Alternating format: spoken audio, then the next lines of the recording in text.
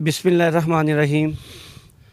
आज हम आपको दिखाते हैं कि मैं इस वक्त कश्मीर के खूबसूरत इलाका मोड़ा शेर शाह में मौजूद हूँ।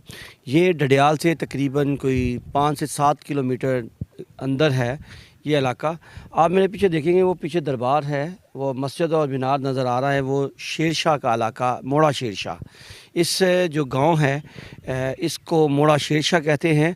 और अब मैं आपको दिखाता हूँ कि ये इसकी खूबसूरती और यहाँ पे डैम का नज़ारा है क्या और इसकी आबादी कैसी है और यहाँ के लोग कैसे।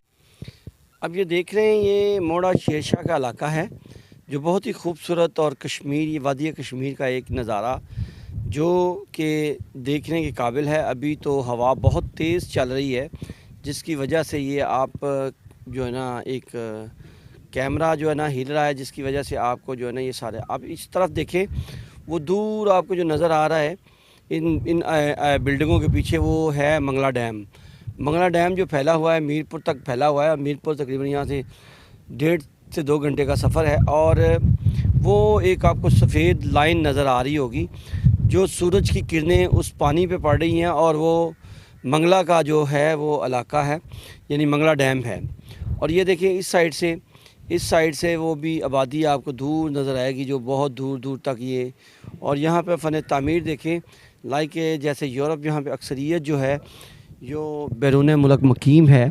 और इधर मैं बताता हूँ कि ये तकरीबन घर जो है मोस्टली खाली पड़े हुए हैं इसलिए कि लोग यहाँ पे मौजूद नहीं हैं, केयर टेकर रखे हुए हैं। और ये देखें ये सारा एक उस विलेज का नज़ारा है जो जिसको हम मोड़ा शेर शाह कहते हैं। ये सामने दरबार है मोड़ा शेर शाह का, यहाँ पे जिनके नाम से ये विलेज जो है ना ये इलाका मशहूर हुआ। और आप देख सकते हैं कि ये खूबसूरत इलाका जो है जो एक जन्नत का समा पैदा करता है। और बादलों का नज़ारा देखें, मौसम कितना खुशगवार है और लोगों को ऐसे इलाकों में आना